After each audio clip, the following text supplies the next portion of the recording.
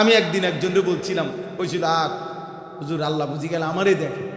তা না, আমি বলছিলাম আমনে একজনের নাম কন, আমনের বদলে আজাবটা মুসিবতটা আল্লাহ কারে দিত, আমনে একজনের নাম প্রস্তাব করেন, আমি একটু কই আল্লাহর কাছে মুনা দেখবেন আমনে রে। আমি হেদ্দারে কমু যে ভাই কাকায় আমনের নাম করছে,